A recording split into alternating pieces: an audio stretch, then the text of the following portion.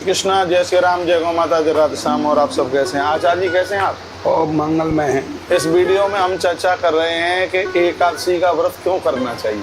बस सदियों से लोग करते हुए आ रहे हैं, इसलिए लोग सोच रहे हैं कि व्रत करें।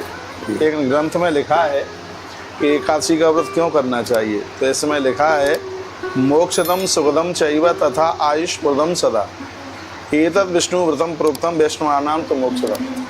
इसमें लिखा है कि एकादशी का व्रत मोक्ष देता है, मृत्यु लोक में सुख देता है और बहुत बड़े पुण्य देता है। 11 का व्रत करने वाले लोगों को मृत्यु के समय पर किसी भी प्रकार का कष्ट नहीं होता। और इसमें लिखा है, ग्रस्तानाम तो सुखदम, ग्रस्ती लोगों को सुख देता है एकादशी का व्रत, वस्तुएं दे देता है। यतीनाम मुक्तदायकम, जो महापुरुष है, महात्मा है, उनको मुक्ति दे देता है।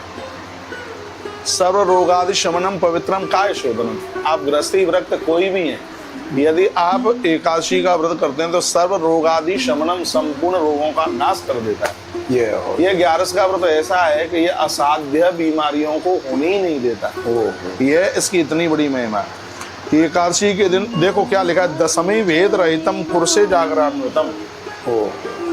दशमी रहित यदि किसी ने एकादशी का व्रत कर लिया और रात्रि में जागरण कर लिया तो हजार गौदान करने के बराबर तत्काल फल प्राप्त हो जाता है। इसकी बहुत बड़ी बात। अभी मैंने पिछली वीडियो में ये बोला है कि दशमी युक्त तो एकादशी करनी भी नहीं चाहिए। यहाँ भी लिखा है दशमी वेद रहितम, दशमी वेद रहित जो 11 का व्रत करते हैं, रात्रि को जागरण करते हैं, तो यहाँ वर्णन किया गया है भैया, कहा गया है उनके लिए, कहा गया है कि दशमी के रहित ही तो व्रत करना चाहिए।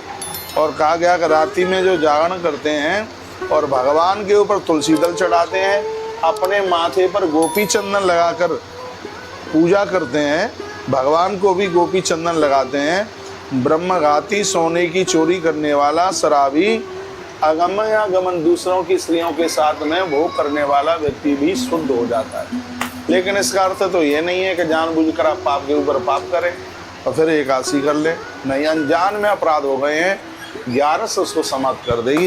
इसलिए मैं हरि वैष्णव जनों को बहुत निवेदन करके कहना चाहूँगा कि द्वादशी संभवम पुण्यमिता ख्यातम न कश्चित्। एकादशी द्वादशी में की गई है, इसके बराबर धरती पर कोई पुण्य ही नहीं है।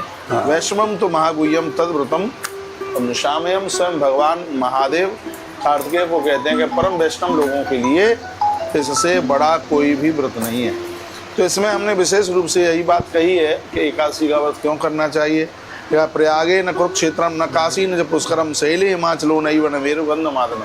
जो कभी प्रयाग नहीं गया, कभी पुष्कर नहीं गया, कभी श्री गया जी नहीं गया, लेकिन जिसने 11 का व्रत किया है, संपूर्ण तीर्थ में दर्शन करने का, स्नान करने का, उसे फल तत्काल प्राप्त हो जाता है। ये एकादशी की महिमा। इसीलिए हरि वैष्णव लोग 11 का व्रत करते हैं। सभी को एकादशी का व्रत करना चाहिए। तो आषाढ़ मास में